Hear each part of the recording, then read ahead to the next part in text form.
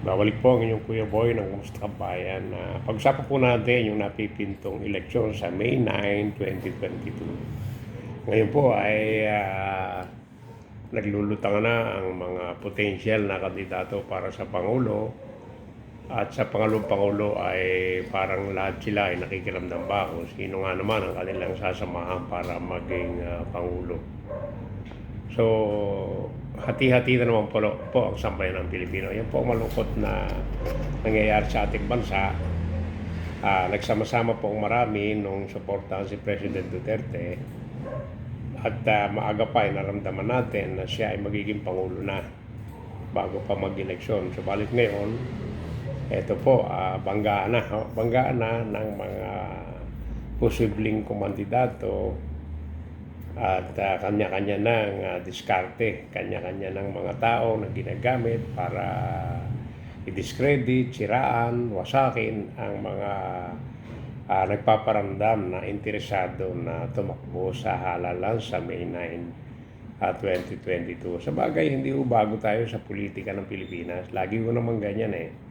Sabi nga ng marami, ako isa sa nagsasabi, in any case, comparatively sa iba-ibang bansa, palaging iba po ang Pilipinas, kaya nasasabi na only in the Philippines. At katotohanan po, yung kasabihan na no permanent friend in politics. The only permanent sa mga Pilipino, mga leader, ay yung kanila pong mga interest, yung personal interest. Once na nag-decide sila na tumaas, umangat, iwanan ang kasalukuyang posisyon, at mga ibabaw na yung mga, kung meron mga taga-sulsul yan, mga tsuwariwab dyan na nakapaligid sa mga politiko na yan, hindi natin alam. But in the end of the day, pag kailangan na, lalo ngayon, ang filing po ay mapakaaga, October, pero ang campaign period mag-i-start ng January, according to COMELEC calendar of the election schedule. So ngayon pa lang sa television, sa radyo, talagang pinagpipestahan na yung mga kung ano-anong patutsada, mga salita, mga palitan ng mga iba-ibang mga akusasyon dahil mga sensitibo na ho ngayon ang tao, lalo tigit ang mga nasa gobyerno. Even ang ating beloved president, nagulat ako sa kanya na talagang nasaktan siya o hindi niya minaganda yung sinabi ni Senator Manny Pacquiao na hindi ho natin alam kung yung ba'y interview sa kanya o anong okasyon siya nandoon, nasa loob ba siya ng Senado. Nung may pagkakataon na tanungin siya about corruption, issue ng corruption, ay nasabi niya na sa administrasyong Duterte ay nag-triple ang graft and corruption. So, mas lumala, parang ganon. Yun o, nakarating sa Pangulo yun. Siyempre, maririnig ng Pangulo yan. Kung hindi man actual na napanood ng Pangulo yung komentaryo na yan ni Senator Pacquiao, tsak na tsak, merong tatakbo sa Pangulo para sabihin, Mr. President, tinitira ka ni Senator Manny Pacquiao. Ako'y nagulat dahil ang totoo niyan, tayo naman hindi ngayon lang ipinanganak Tayo po'y matagal ng ganito ang sitwasyon sa bansa. Nang numero unong problema ng ating bansa, napakayaman natin sa lahat ng bagay. Ang biyaya ng Diyos sa kaman tuminging lugar, mula sa tao, sa matatalinong Pilipino, mula sa katangian ng bawat rehiyon, lalawigan, ay napakayaman po ng bansang Pilipinas. Kaya hindi tayo dapat nagkakaganito, hindi dapat naghihirap, hindi dapat manatiling mahirap ang mga kaawa-awa nating Pilipino. Dahil nga po, ang numero unong problema ng ating bansa ay korupsyon. Marami pong naupo, naluluklok sa gobyerno, halal man o mga appointee o mga career position, ay kalimitay nasasangkot sa katiwalian. Ano ba yung katiwalian? Yan na nga ho yung korupsyon. Yan na nga ho yung nagiging dahilan na pag nakapwesto, mamumuhunan ng konti, tataya ng konti kay leader, kay supporter, kay politiko, pero pagkaraan ng 3 taon, lalo tigit, nakasyam na taon, ay sigurado ho mga mayayaman, mga milyonaryo. Bakit hindi natin masasabi yan? Tumingin ka sa kaliwa, sa kanan, sa likuran, sa harapan, makikita mo kung sino-sino yung mga tinutukoy ko na yan. Sabihin na natin mula sa mga konsehal ng bayan, mayor, congressman, gobernador, senador, at higit pang mas mataas. Ay bakit biglang yumayaman? Lalo tigit pag nakatapos ng termino, nakasyam na taon, ay naku, ay multimillionaire. So, ang sistema naman ng batas natin, hindi madaling hanapin. Sa sasakyan niya, kitang-kita yan. Sa mga bahay, pagangat ng pamilya, dating bungalow ang bahay ng magulang, naging 2 grado na, 3 grado, ang dami pang property na bibili. So, saan galing yan? Magkano ba sweldo ng mayor, congressman, at senador sa loob ng 1 buwan, sa loob ng 1 taon? Kaya nakakalula pag nalaman natin, kay congressman yan na, kay mayor yan na, kay gobernador yan na. Dati naman siyang wala noon. So, saan po galing?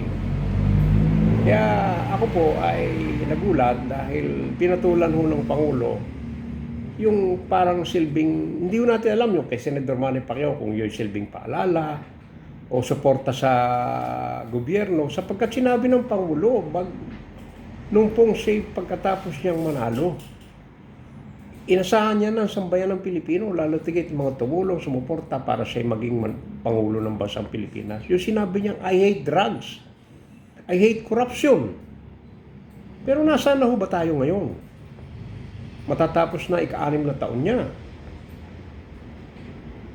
Nasaan na ho? Saan na ho ang bansa ngayon? Meron ho ba tayong panahon na nawala ang korupsyon? Pero sinabi mo kasi yan inasahan ng tao yan, natatapusin mo korupsyon, tatapusin mo droga. So, isa ako sa naniniwala, ako'y diehard Duterte supporter, ako'y leader. Ako'y nag-abala, nag-aksaya ng oras, konting pera sa aking bulsa. Tumulong ako para maging Pangulo siya. Pero isa ako sa nagtatanong, nasaan na ho yun? Nasaan na ho yun? Yung binitiwan niyang salitang yan. I hate drugs, I hate corruption. Hahabulin ng mga korap, hahabulin ng mga mananakaw, hahabulin na nagpapahirap sa bayan. Sino ho ba yung mga nakulong na? Sino-sino ho ba yun? Huwag masasaktan ang dati kong mga ako'y naglingkod bilang barangay chairman ng 10 taon. Salamat na lang sa Diyos. Hanggang matapos ako noong 1997, wala pang pera ang barangay. So, hindi ibig sabihin, magsasamantala ko kung may pera. Pero, wala ho akong kasasakutang korupsyon. Ngayon ho, pati barangay, kurap, pasintabi po, tamaan, bato-bato sa langit, tamaan ng mabukulan ng totoong nangungurap kahit sa pera ng barangay. Huwag na ho, ito na lamang dahil sa pandemic, naglaan ng bilyon-bilyong pera ang gobyerno. Galing mo yan sa buwis, isa ko sa taxpayer, isa ko sa nagbubuwis. At lahat kayo nagbubuwis sa gobyerno.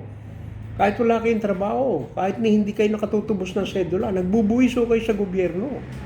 Huwag kayong papayag na wala kayong silbi sa gobyerno, hindi ho kayo contributor ng buwis na ginagamit para patakbuhin ang isang gobyerno, ilan sa mga proyekto, ilan sa mga programa na kailangan ng taong bayan. Tanggapin ho natin. Tayo nga ang tinaguri ang isa sa pinakakurap na bansa sa Southeast Asia. Kakalungkot to parang naging pusong mamunang presidente. Hindi naman niya may tatanggi na may korupsyon. Inaamin naman yan na hahabulin daw niya itong huling ilang buwan ng kanyang panungkulan. Kulang-kulang na 1 taon na lang pong Pangulo. It's good. Umaasa po ang sambayan ng Pilipino sa iyo, mahal na Pangulo, Rodrigo Duterte, na may magagawa ka pa. Hindi man totally ma-eradicate ang drugs at korupsyon, mabawasan ang higit pa na siya nagpapahirap sa sambayan ng Pilipino. Gaano karaming nawalan ng trabaho?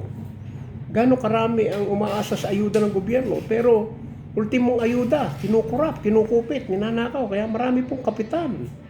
Muli po, pasintabi, bato-bato sa langit, tamaan ng magagalit. Babukulan sana ang talagang kumupit ng pera ng mga kawawa nating kababayan. Yan po'y katotohanan.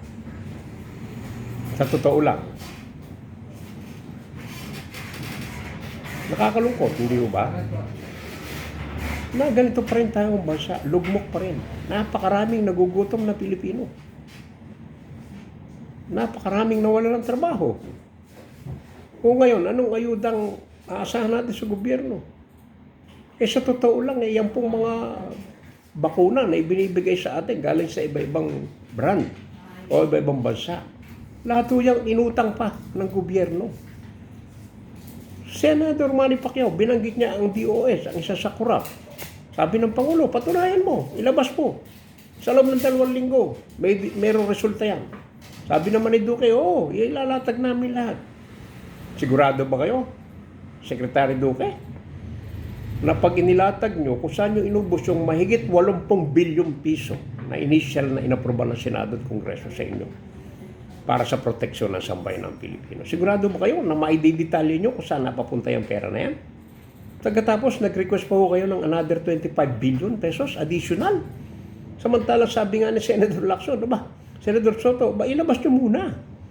Ilatag nyo muna, patunayan nyo muna na naubos na yung inaproba naming mahigit 80 bilyong piso para sa pandemic problem na ito. You're asking another 25 billion pesos? Para saan ba yan? Ganyan ba pangangailangan ng sambayan ng Pilipino dahil sa issue ng pandemic na ito?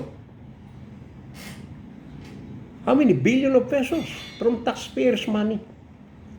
Tapos yung iba, utang na yan. Nakasanla na ho yung iba nating budget para susunod na taon dyan. Ito nga ho, bakuna to, puro utang Kailan ho babayaran yan? Baka ho tapos na ang Pangulong Duterte, hindi pa ho ba mababayaran lahat yan? Baka lang. Pero sana, bago siya bumaba ng kanyang panunungkulan bilang Pangulo ng Bansa na binigyan natin sa loob ng 6 na taon, ay maliwanag na huwag naman pong lumubog lalo sa utang ang bansang Pilipinas. Yun lang po, pasensya na po, medyo emotional ako. Medyo aaminin ko ako'y nagdarandam. Umasa ho ako ng isang tunay na pagbabago. Isang gobyernong totoo para sa Diyos at sa bayan. Maraming salamat po.